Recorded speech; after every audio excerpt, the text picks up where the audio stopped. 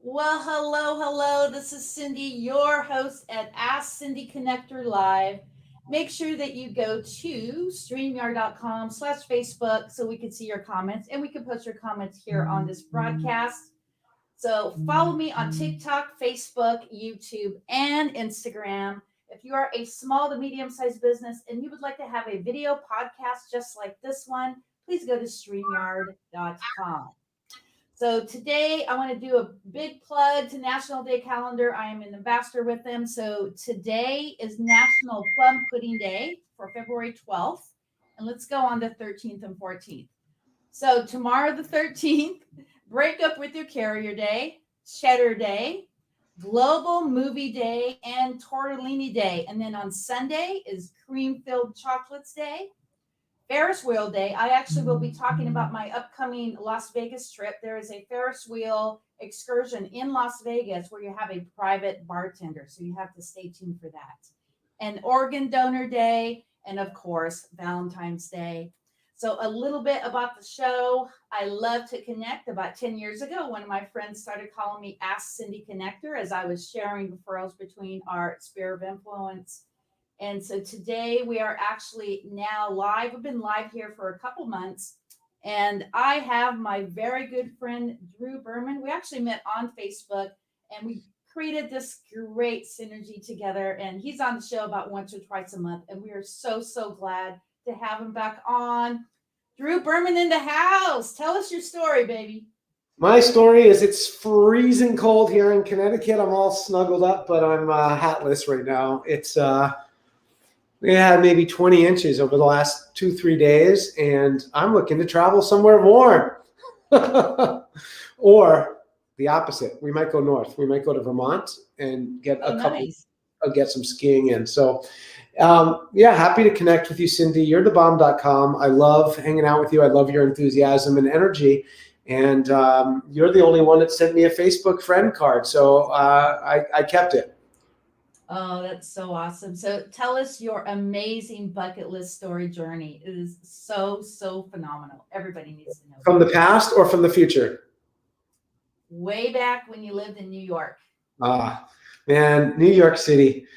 I was just in New York City today. My mom is infatuated with the news and the vaccination and all that stuff. So she wanted me to pick her up today from the home that I grew up in Queens. She's in the same apartment building. So I picked my mom up today in Queens, drove her to the city, and I got a chance to be in Manhattan just by car. But so that's what I did, because I have the type of lifestyle and business that gives me flexibility. And I have the opportunity to pick up and go on a Friday morning, which is nice. So I have a home-based business, but I now call it a phone-based business, because wherever you have phone and Wi-Fi, you can be. My new brand, Cindy, is called Toes in Sand, Phone in Hand. That's my brand. And from the beaches of the world is where I want to do biz. So I don't know if you're still there. I lost you, but I see me still talking. So I don't know if I should just yak. I will until you come back. But I'm Drew. I'm from New York. Went to high school in Manhattan, and then went to college in Washington, D.C. I studied marketing and business, and then came home, and we did a 11-week, 8-guy, 3-car tour around the U.S. We did a cross-country trip that was super duper fun in my late 20s. Then I got involved in New York real estate in the mid 90s. And that was a fast and furious life and lifestyle. We had a 5,000 square foot real estate office, and it was churn and burn. Every week we'd have a couple hundred people come in with a dream to make 6 figures in New York real estate. And the next day, a third would show up. And by the end of the month, a third would still be working. And by the end of 90 days, there'd be 1 or 2 left. And every week, 200 people would come in, and the same numbers would be consistently. So I actually stuck it out, and I worked 3 years, and it was fast. New York City real estate in 97 to '99 era was just, it was extraordinary. I learned some business skills. I learned, well, it was the beginning of reality TV, and one of the women in our office got on one of the early reality TV shows. Not a Bachelor, but maybe like one of the ones where they did all the group party or whatever it was. I don't remember the first one. What was the first one called before The Bachelor? What was the initial, where they shared a big house? I don't know. Anyway. Oh, yeah. Yeah. So we thought for sure we would have a virtual reality TV show. And I ended up meeting one of the top agents who became my girlfriend, who became my wife. And we would co-broke. We would co-broke because the expression was co-broke or go broke. So we would do more deals as two than we were as separately. So that was where I really learned life and business and skills and communication and selling and service. And I learned a key bomb. I'm going to give you and your guests a key nugget today. If it was the right apartment for you, then I could use any sales technique in the book and I would be considered professional. If it was the wrong apartment for you, then I would be that pushy salesman, right? So there was a fine line. And if you were coming in from out of town and I knew it was the apartment for you, then I would do whatever it took to get you there, to get you that apartment.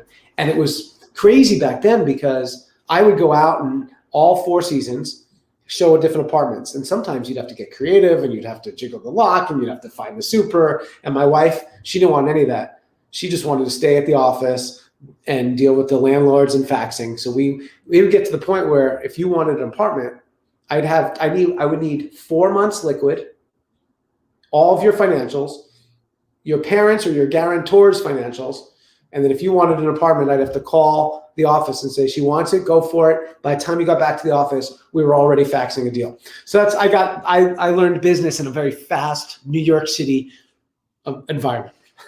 So I want you to tell that ladder story. That is my favorite story. Oh my God, you have to tell that again. The ladder story. Where the ladder story. Affirmations and your wife is in her bedroom or something and you're trying to get her to repeat those affirmations. Oh my gosh. Yeah, that's fast forward to like a couple of weeks ago. So I live in Connecticut and I was up on a ladder and I got gardener gloves on and I'm scooping out like muck and dirt from the gutters before it freezes. And I got garbage bags full of muck and mud and leaves. And I'm just saying out loud, every day in every way, my life gets better and better. I'm just standing like every day in every way, my life gets better and better. Every day in every way, my life gets better. My life gets better and better. And she came out of the bedroom. She's like, will you shut up? I'm like, every day in every way, my life gets better and better. She's like, like, no, say it. She's like, no. I'm like, then I'm going to keep saying it. I'm like, every day in every way, my life gets better and better. Finally, she's like, every day in every way, my life gets better and better. I'm like, no, say it like you mean it. She's like, every day in every way, my life gets better and better. And then she smiled. I'm like, see, it works. So that was my mantra while I was doing the leaves. So today, this is a really important topic because you are busy. I'm busy. I mean, I hardly get any time to myself. I've actually made a couple days a week now where I could spend more time for like a me day, go to the beach, go out with girlfriends, paint the town red, just get out there, enjoy some vitamin D. Also, anybody who has a significant other, they really need to make time for that significant other. What are you doing to make your family a priority? And not just on Valentine's Day. Exactly. Right. So, the 5 love languages are very, very, very important. Are you familiar with the 5 love languages? Yes, I've had several guests over the last couple of weeks talk about that very topic. Yeah. So it's important to know if you're in a relationship, what your love language is. I'll tell you what mine is, and then what your partner's love language is. So the 5 love languages are gifts, acts of service, words of affirmation, physical touch, and quality time. So mine are words of affirmation and physical touch. I don't need you to do things for me. I certainly don't need gifts. And quality time is important, but what's really important is I like to be told I'm doing well. I like words of affirmation and I like physical touch. My wife, she likes acts of service when I do things. Woohoo! Yeah. Love her already. And she likes quality time, but she also likes quality time alone. She craves her alone time. And we have to, respect that. We're married since 1990. We met in 98 and we got married in 2003.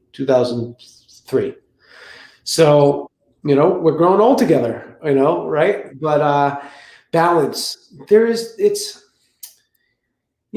I think it's a myth. I don't really think that you're going to go through seasons of balance and imbalance. And if you're in balance, you're probably craving another adventure. If you're out of balance, you're probably craving a little more sanity, right? So we have a 16-year-old and an 11-year-old.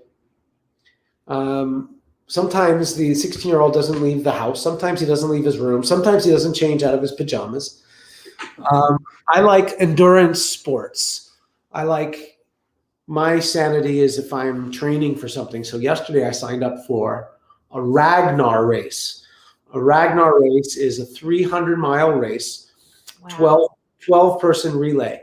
So it starts in the mountains of New Hampshire and it goes to the beach of New Hampshire, and 12 people, 2 vans, and everyone has to run 3 legs, 3 10K legs, 2 of them in the day, 1 of them at night, and it's a 36-hour race nonstop, and you have to eat and sleep in the van whenever you can. And if someone can't run, then one of the other 11s picks up a 4th or a 5th leg. So I start training, this week, and it's in September. So, how to create balance. When I trained for the marathon in 2018, I had for years thought I would just train for a marathon one day. And now my current business is, the home-based business, the gig economy, the side hustle. I have a home-based business for 20 years, which people can start part-time on the side, right? But everyone's busy. So when I signed up for the marathon, all of a sudden I'm getting up at 5, so I'm getting up an hour earlier. Then I'm training at the track, that's an hour. Then I'm doing some yoga and nutrition, that's an hour. Then I'm doing longer runs, 3-5 miles. And all of a sudden I've got 15 hours in my week that I'm training. So for people who are starting a side hustle, that's my gig. My brand is phone in hand, toes in sand. That's my brand. If you're starting a side gig, right now is a good time. That's what I help people with. I help people I help people get more leads so that they can have more targeted prospects, so they can have more fun and flexibility in their business, so they can have more balance in their personal life, because that's what we really all want. I just saw a stat, and then I'll pass it back to you, Cindy. Saw a stat yesterday that by 2027, 85 million people are going to work when they want, from wherever they want, because of the gig economy, because of what happened last year and the great wake-up call. If you've got one of these machines, if you've got one of these, you can work from anywhere in the world. If you've got Wi-Fi. So my home-based business, network marketing is my niche. I have a Mexican millionaire mentor. And for 2 years, he was in a home-based business. He thought he was in a phone-based business because he didn't speak English. So he thought he was in a phone-based business. But guess what? We aren't a phone-based business. So the home-based business revolution is now the phone-based business, so that you can have more balance. So my brand is toes in sand, phone in hand. That's my brand, because I'm cold in Connecticut. I want to work from the beach. Well, we have about 5 minutes left on the show. So one of the Oh, things I was yacked the whole time. Oh no, that's okay. One of the things I want to talk about, I actually started doing this. I was in this travel company a while back called World Ventures. I left with them in 2018. But one of the things that I did then and I do now as well is I have a jar of some things that my significant other wants to do. So after X amount of meetings, I'm going to put what that thing is and to kind of help break up my craziness of my schedule. So what are you doing with your wife and kids as you work every day, sometimes 7 days a week? What are you doing to reward them? Well, yesterday we talked and I said, what are we doing for Valentine's Day? She's like, nothing. I'm like, all right, nothing. And then I drove away. I'm like, I can't do nothing. So I just bought her a spa massage. And then next week, I think we're gonna go to Vermont, spend the week there. The boys still want to go to Disney, which I'm blown away by because my older one is 16. So we've been to Disney, 3 or 5 times. And, we try to create a lifestyle where we can do fun stuff. We're waiting for everything to open up again. I mean, my boys love Broadway, believe it or not. And we're an hour from New York. Broadway's still dark. I think they're going to try to open back in May. And hopefully all this craziness is going to end and we can start doing adventures again. I know you've got a bucket list that we want to travel the world. One fantasy for my family is we want to do a month in Europe and we each pick a week. So my 11-year-old's obsessed with Paris. My older guy wants to go to London. And my wife and I will pick, Croatia and Portland and Spain or Portugal and go. So that's the plan. I know you like Greece because you posted Greece a couple weeks ago. What part of Greece was that? Yeah, so that was Santorini, which was amazing. Oh, And yeah, we had a great trip. A great trip. That was 2 years ago. We did the Greek islands and Israel. Yeah, we did 18 days. on a cruise or a land vacay? No land vacation. Yeah, Okay. we went to 4 cities, and yeah, Greece was amazing. The food, the people. We went to Santorini and Crete. It was my birthday, so we spent my birthday in Crete. And yeah, this summer we're looking for an adventure somewhere. My whole family's family hounds, so I mean travel hounds. So that's what I do, so that I can have fun and flexibility with business and personal. That's awesome. Well, I live about 5 minutes from Disney. So when Disneyland opens up, we actually have 2 guest bedrooms so the kids can stay in one, you can stay in one. If you're interested. Awesome. That's fantastic. We might just take you up on that. Definitely. So one last thing I want to talk about is my love languages. So mine is words of affirmation and acts of service. And I love sending gifts. Like I sent a buttload of gifts last year over the last 12 months. But I actually scored low on gifts. That was like the lowest level. So what do you think about that? Well, it's interesting because we both use Mailbox Power to connect with friends and clients and prospects. And it is words of affirmation because I think you sent me my hey Facebook friend. I was just looking for the card, which is at words of affirmation, and you use the gift sending mechanism. So, I mean, I think the gifts are great. So, I think your love language is usually what you do outward. So, what you want more of, you tend to do more of. But so that's acts of service and the words of yeah, affirmation. but the problem is if you don't know your spouse's, like if hers is acts of service and I bring home a gift, I'm not, even though I'm saying I love you, she's not hearing I love you. So it's important to know your own, and then it's important to know your spouse's as well. Oh, wow. And they actually have a quiz that's also for teenagers and also for singles. So maybe you should have your kids take that test as well. That's a good reminder because I need to make them feel important as well. I was sitting on the couch with my wife the other day watching a show or something, and she's like, "This is going to be us." I'm like, "Yeah." So, what? My 11-year-old will leave in 8 years? Hey, there's Melissa. What's up? She's up next. Awesome. Well, I love being on these shows with you. I can talk for hours with you. I know. Hopefully, we'll do it again. And stick around for Melissa. I help businesses create more leads and prospects for their business. So for your listeners, people are listening, if you go to callwithdrew.com, it just books us a time to just chat and see how we can help you get more out of, get from where you are to where you want to go. Well, thank you so much. I'm actually going to put you in the green room and I'll be right back. And is there Okay. anything you like Yeah. to do in closing? Anything you like to say in closing? Just cindysthebomb.com. Continue following the show. If you want to work with either of us, reach out to either of us. We're both here to grow community, create more abundance, have more fun. I am the CFO, the Chief Fun Officer. So if I'm your guy, reach out and we'll connect. And I actually have your link in the chat. So thank you so much, Drew. I'm going to put you right back in the room. And be right Okay. back.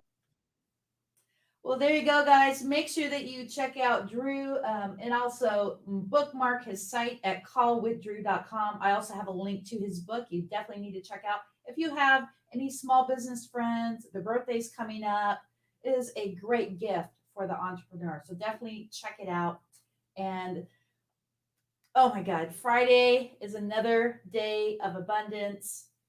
Make sure to call 5 people a day at least to show your gratitude. We do not know when our last day will be. So stay tuned here at 3:15. I have my friend Melissa. We're talking about some great networking nuggets, including workshops. So we'll see you here on the next show.